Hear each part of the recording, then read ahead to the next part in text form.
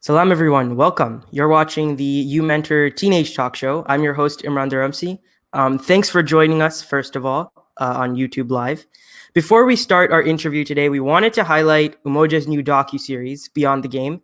You might have remembered we told you about this on our last show 2 weeks ago, but since then, the docuseries is now up on YouTube, and it's coming out every Wednesday and Saturday at 11 a.m. Eastern.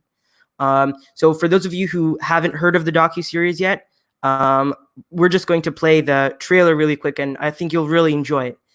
If you want to catch the docuseries, you can catch it on YouTube, Facebook, Instagram, and the Umoja app. So any of those channels will work.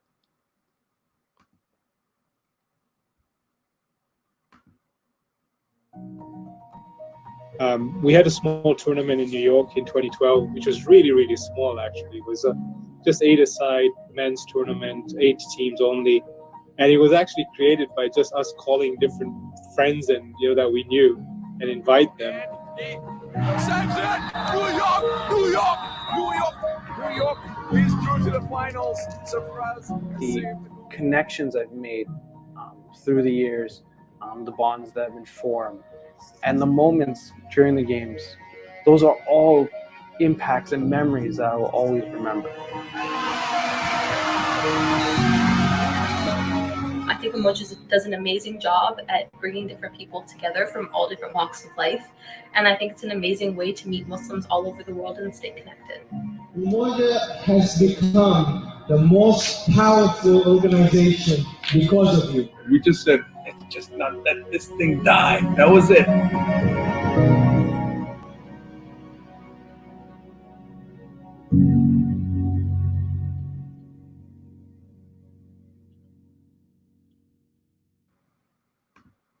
So we hope you enjoyed that trailer right there. And again, if you want to catch it, you can catch it on our Facebook, YouTube, Instagram, the Umoja app, which you can download for Android and iOS, and even our website.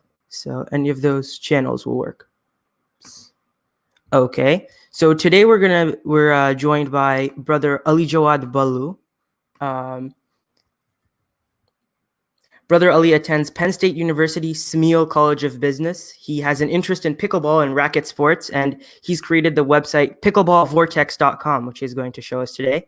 He also has extensive community service experience. So I'm really happy to welcome him onto the show. And just a reminder, if you have any questions for our panelists, you can ask in YouTube Live, and we'll bring your question up on the screen, and Brother Ali will be happy to answer it. So let's just bring Brother Ali in here. Assalamu alaikum, Ali. How are you? Buddy, how are you? I'm good. I'm good. Yeah, thanks. So first, I think a lot of our audience were intrigued when they saw that you're interested in pickleball because it's a lesser known sport. So talk about, what is pickleball? Yeah, so pickleball is actually it's a racket sport that was invented in like 1965. It's a cross of tennis, ping pong, and badminton. It's played on like a badminton court with a net that's slightly smaller than a tennis net, with paddles that look kind of like oversized ping pong paddles, and a ball that looks similar to a wiffle ball. Mm-hmm. So I think you had shared with me some videos of pickleball. So can you just explain to us, like what's happening here? Yeah, so pretty much like this is a game of doubles, right? And in doubles, like your goal is to get up to the net and make the other guys make the error before you do. I mean, you can see this guy's right about to make an error. He just did it right there. Okay. Mm-hmm. And I mean, it's all about just trying to make them hit it out or make them hit it up so that you can kind of slam it down at them. Okay. All right. That's pretty cool. So why pickleball? Why does it, specifically interest you? So the story about how I got into pickleball, it kind of started, so pretty much in 2015, I was playing soccer at Al-Ahad, and I ended up getting a really bad concussion there. And that ended up developing into like post-concussive syndrome. And then at one point, I kind of had to stop playing contact sports altogether.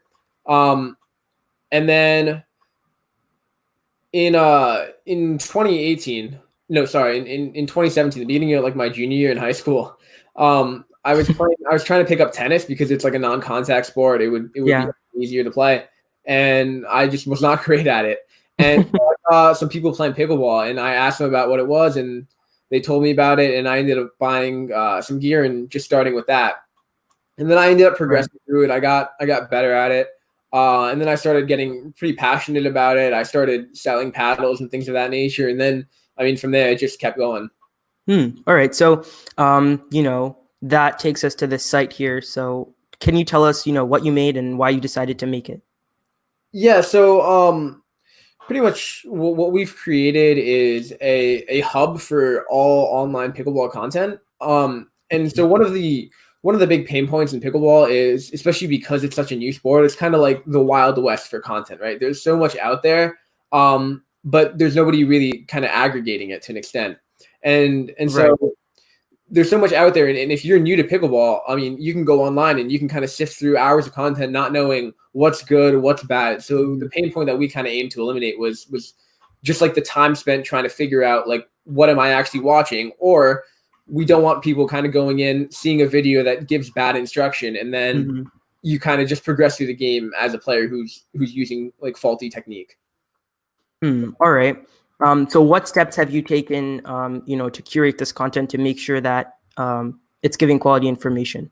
Yeah. So, I mean, we kind of built like a team. It's not just me doing this website. There's a couple of other people on it. And one of the guys who was really instrumental in kind of making sure that we had good content was a pro. He's at the tennis center at Penn State. He's the head of tennis and pickleball programming, and he's actually a sponsored pro. Okay. What's a sponsored pro? I'm sorry. Sorry to interrupt you, but what's a sponsored pro? So a sponsored pro is pretty much somebody who plays in tournaments and is sponsored by a certain paddle company. Oh, so okay. he's sponsored by Head, which is, they're also a tennis company. They're kind of moving into pickleball now. So he pretty much gets like Head rackets. He wears like Head stuff at tournaments and stuff like that. So he's kind of like one of like, so in pickleball there's levels, right? So you go from 1.0 to 5.0 in 0.5 increments. And he's like a 5.0, which is kind of like the top tier. Wow.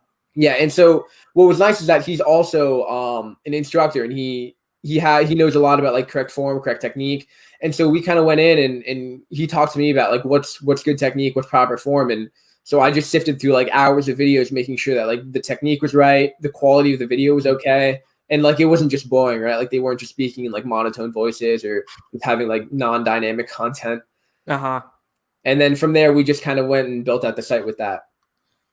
Okay, so I have a question. Why did you decide to make a website as opposed to, you said, you were selling gear before. Why didn't you decide to keep going with that? Yeah, so I mean, with gear, so when I started with gear, I went two routes with it. So I first reached out to ProLite, which is one of the bigger pickleball companies out there right now. And I became part of their like wholesale program. So I was kind of like an official dealer for them. So I bought paddles at wholesale prices and sold them at retail prices. And then what I also did was I went to like foreign manufacturers and I bought like lower quality paddles and cheaper paddles for people who don't want to spend like the $99 that a real paddle would cost. So somebody who wanted to buy a $40 paddle or a $10 paddle, you kind of have like more options. So like a beginner kit sort of. Exactly. Okay. And so then what I ended up doing was, I mean, I still do that now. But I kind of wanted to kind of start my own thing instead of just doing retail.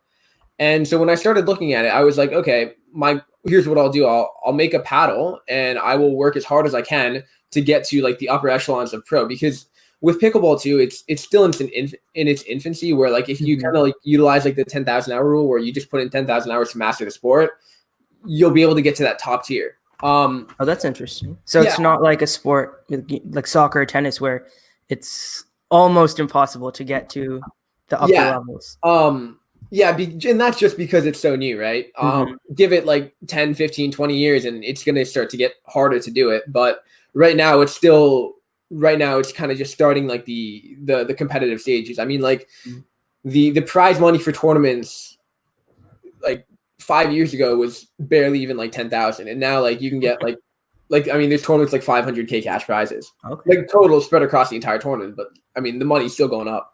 And so my goal was to kind of get as good as I could and then just rep my own paddle. And what I ended up deciding was, I mean, I'm not a material science major. And even if I was, I couldn't create a paddle that was much better than the paddles out there today.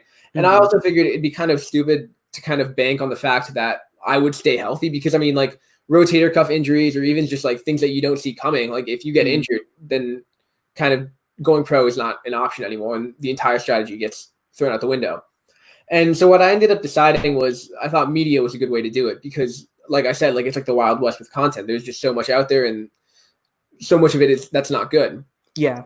And I ended up on a website because I felt like that was the best like medium to aggregate content on, because I mean we've got like videos on there, we've got blog posts, and so yeah, I mean you have the website up right there. That's the homepage, but there's a lot of different content types on there, and there's a lot of ways to, a lot of things that you can kind of look at there. All right. So why don't we maybe walk through the website a little bit? Yeah. So let's go to the homepage here to talk us through this. What did you make here? Yeah. So this is the homepage, right? We wanted the homepage to be easy to navigate and not super in your face.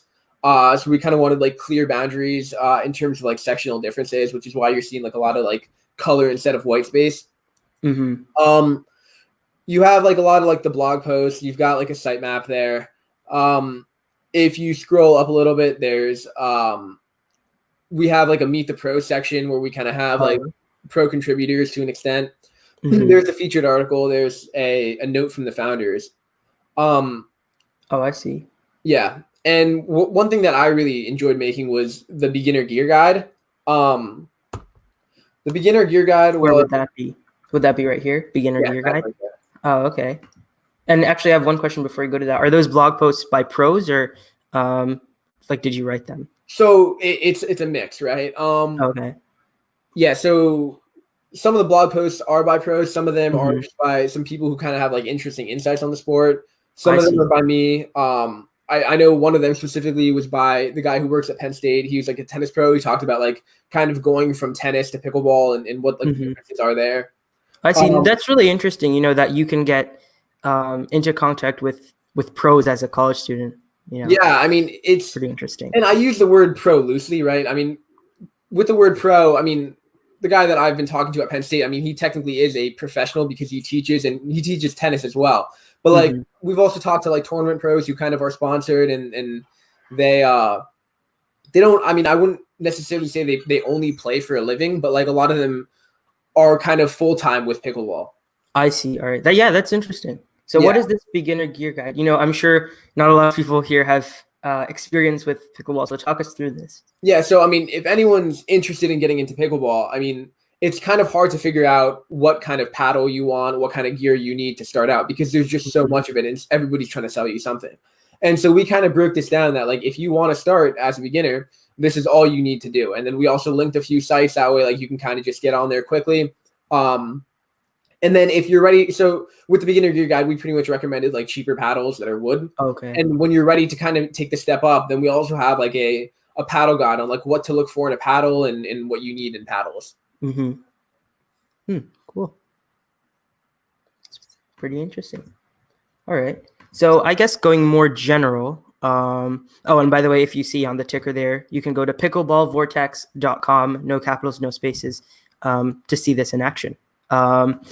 So maybe going more general, what advice do you have for people who are maybe at the stage you were like last year, who have an interest in something where there maybe is space for more innovation, and they want to take it further with a passion project? What advice would you have for them? Yeah, so I mean, I think the big thing is, especially if you're kind of younger, I mean, just do anything, right? Because a lot of the things that you'll do, you'll kind of learn from, right? Like this is kind of like the third passion project that I've kind of worked on.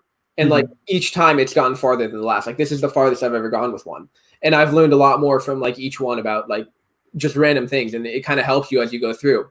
And so another thing, could you elaborate on like random things? Like what have you learned from them specifically? Oh, so I mean, with this one, a lot of it was just kind of networking.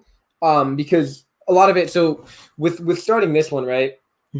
It was all about kind of building a good team. And so I built a team with like two guys who have really good connections in the industry, along with a person who's gotten a lot of experience with entrepreneurial ventures. And so we kind of put it all together to kind of put this out there because I think, I mean, there was no way I could have done this by myself.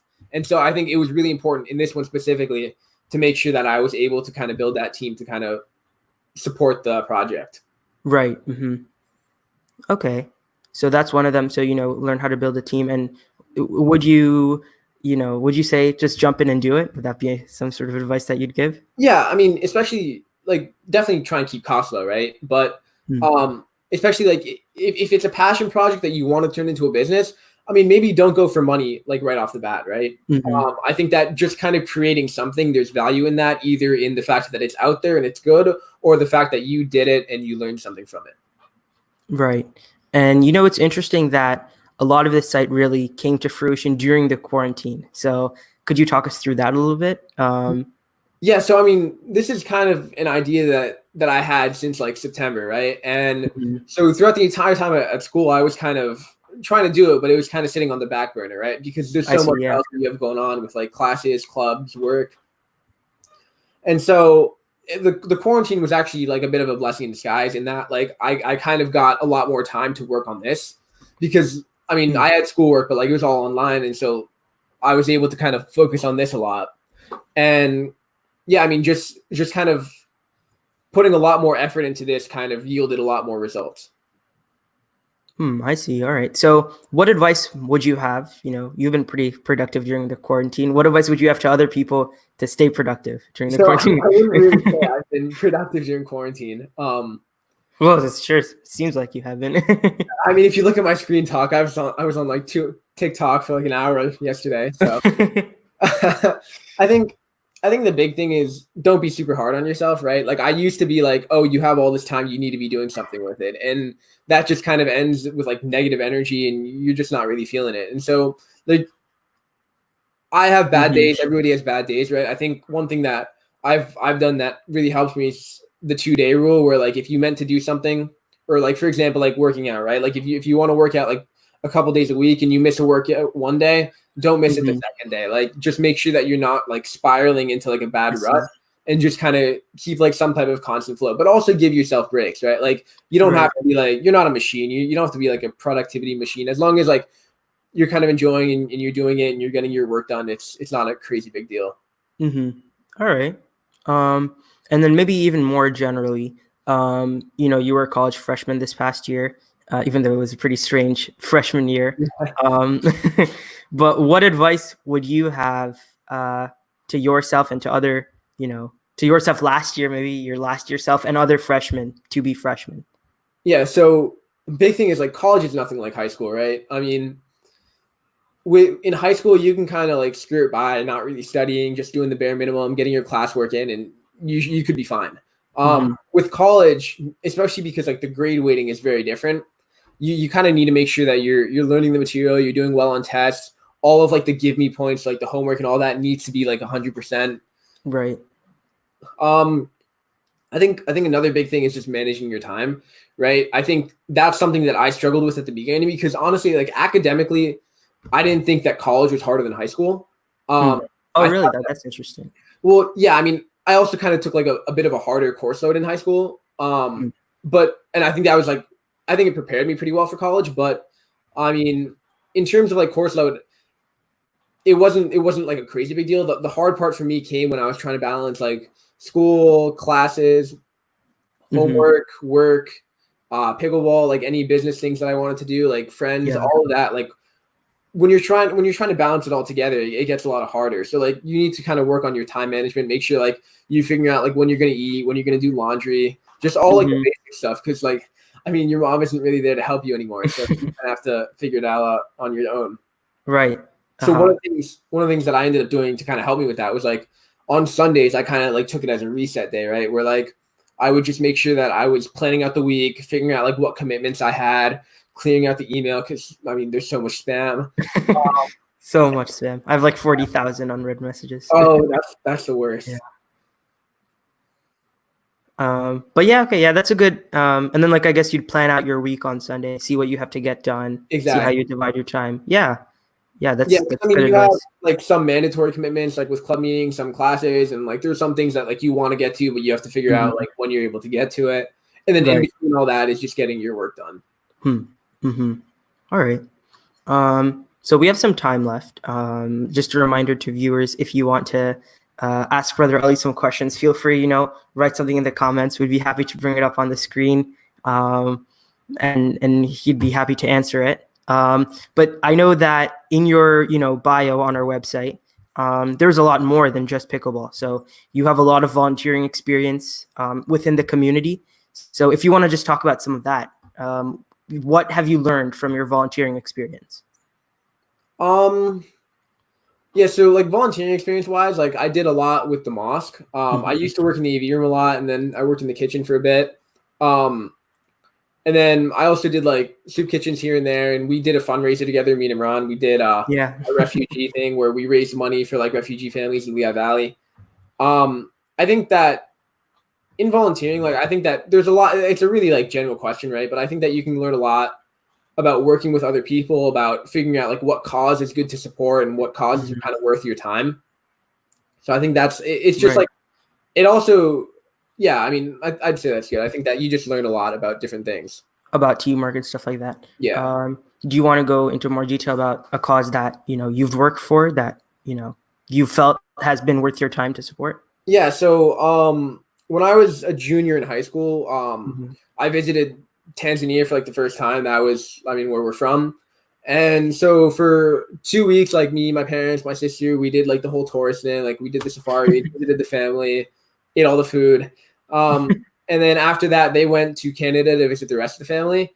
And I went with my grandparents to Kibaha, which is like a small town, like about a little bit outside of the actual village. And I ended up doing like some volunteering there, but I thought that was a really good experience for me. Not because like, I helped out, but I think that the impact on me was bigger than the impact on them, just because like the world there is just so much different than the world here. Not like a value judgment, like not that like one's better than the other, but it's eye-opening to see kind of different perspectives. Yeah, that's interesting. How about any of your work experience? I know you were a ref and you worked at other places too. So what would you say from the work experience that you've had, you've taken and applied into, this pickleball website and other passion projects that you started? Yeah. So, I think the biggest one and the most obvious one is the fact that I worked as a pickleball instructor at Penn State. Okay. So that was pretty instrumental in just my learning there. Yeah, I think that's been helpful too. And I think one of the nice things there is because I work for like campus rec with Penn State. So they do a lot of like professional development trainings and things of that nature. So I think a lot of it is just kind of taking advantage of whatever opportunities you have, because like there's so many opportunities out there. It's just you have to figure out which ones are kind of worth your time in terms of like opportunity cost. So how do you do that? That's something that a lot of people have questions about. How do you figure out what's worth your time? Yeah, so I think a big thing is just sitting down and figuring out like what's important to you, right? Because I think a lot of people do things because it looks good or because somebody else wants them to do it. When I think the real important factor is like, is this something you want to do? And is this something that's going to help you, right? Because I think when I was in high school, right, like I tried to do a bunch of clubs. When I was in college, like the same thing. But when you get to college, I think at Penn State, there's like 1,000 different student organizations. So like the question is like, what kind of fits your objectives? And so I think it's just sitting down and being honest with yourself about like what's for fun, what's for professional development, what's for the resume, because you definitely need some stuff for that too. But I think a lot of it is just figuring out what's actually helpful. Right. I see. Another thing, that I see multiple times, interviewing you and just talking to you and knowing you is the fact that some things can be a blessing in disguise. So maybe one example would be your concussion, and another example would be the quarantine, because you made this whole website, and it was really an opportunity that you had to take. So can you talk about making the best of those difficult situations? Yeah, and so I think that in times of uncertainty and times of that don't necessarily look great, I think is where you can kind of make the most personal growth. Like I think with my concussion, like that was, because that ended up spanning a couple years just because the after effects of it. And so like that point in time, like I wasn't really even playing soccer. And so like, that was something I used to be super, super passionate about. And I still am to an extent, but it kind of forced you to take a step back, look at your life, like figuring out what other things you can kind of be passionate about. Right. So besides I think soccer. Yeah. And I think it's just about making the most of the opportunity, because if I never had that concussion, I probably would still be playing soccer a lot and kind of never have like seen like the rest of what like the world has to offer. I see what you're saying. Yeah. And how about the quarantine? How have you, seized that opportunity? Yeah. So I think with quarantine, I think honestly, to be honest with you, I mean, aside from the fact that like coronavirus is terrible and it's killing many people, the quarantine was super beneficial for me because I got to work on a lot of things. I think because at Penn State, I think I was really overwhelmed with just the amount of opportunity. I was trying to do everything at once. Oh, that's interesting. That too much opportunity can sometimes distract you. Definitely, yeah. And so like when I got home, because like online classes weren't super hard, right? Like it's just an online class just to get your work done. And so like I kind of just decided that once school was over, I would just take like a break. And so for Ramadan, like I just took a break. Like I didn't really do much. I remember playing a lot of Fortnite with everybody, like Uzzer and Ado. We used to play all the time during Ramadan. And so once that was over, so I kind of just gave myself like a break. And then once that was done, I kind of got into it. So I've been reading a lot more, spending more time with the family, just doing a lot more work. And just like, I mean, things of that nature, right? Like it gives you time to focus on like what you actually want to do instead of being distracted with school and actual obligations. Right. Well, figuring out what you want to do is an actual obligation. I mean, yeah. But yeah, thanks for joining us. Just one last thing. Is there any final piece of advice that you'd give to people watching this? I think a big thing is just kind of, I wouldn't say sitting down, but just kind of knowing yourself, I think is a big thing, right? Like knowing you, knowing what your strengths are, knowing what you actually want to do. Don't just do things because other people are telling you to do them. Don't just do things because people are telling you that like this is what you can be good at. Figure out like what you yourself can actually excel at. Figure out what you yourself like can actually be passionate about, and then just go with that. Right. Yeah, that's great advice. So thanks. Again, if you want to check out Ali's project in action, visit pickleballvortex.com and buy a, what's it called? Beginner's guide or beginner's kit? Yeah. Yeah. Beginner's kit. Okay. Yeah. Thanks. Thanks again. All right, buddy. Yep. So you were just listening to the uMentor talk show. Next week, we have a very special episode. We're going to be joined by a college admissions officer, a former college admissions officer, and we'll be doing a college admissions special. So for everyone, who's in middle school, high school, trying to get into the best college that they can, you don't want to miss this episode. During the week, look at our Instagram. We'll be asking for your questions for our panelists. And we would highly encourage you to respond, to ask whatever you want. This year college admissions are really different with COVID-19. So I'm sure our admissions officer will be up to date with that too. So, and also, next week you can ask questions during the show too. So yeah, we hope you'll join us. See you then next Saturday at 3 p.m. on YouTube Live.